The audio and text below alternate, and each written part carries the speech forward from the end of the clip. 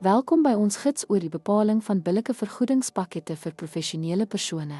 Ons sal ondersoek hoe om billike en mededingende vergoeding te skep wat geskoolde werknemers lok en behou en motivering en tevredenheid binne jou organisasie verseker.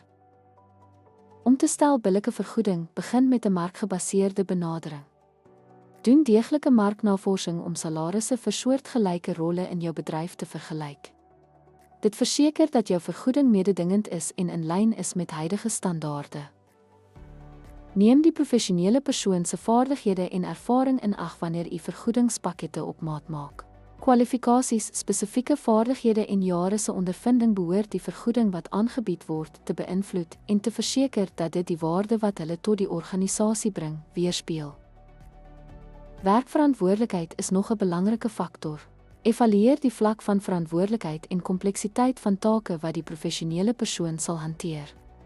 Dit help om 'n billike en gepaste vergoedingspakket te bepaal wat by hul rol pas. Dit is belangrik om vergoeding in lyn te bring met die maatskappy se begroting.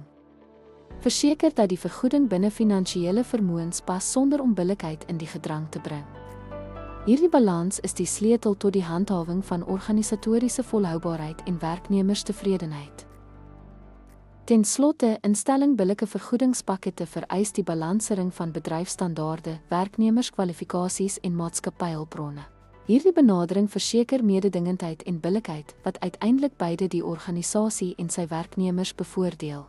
Dankie dat u by ons aansluit om te ondersoek hoe om billike vergoedingspakkette vas te stel. Deur hierdie riglyne te volg, kan u 'n gemotiveerde en tevrede werksmag skep wat bydra tot die algehele sukses van u organisasie.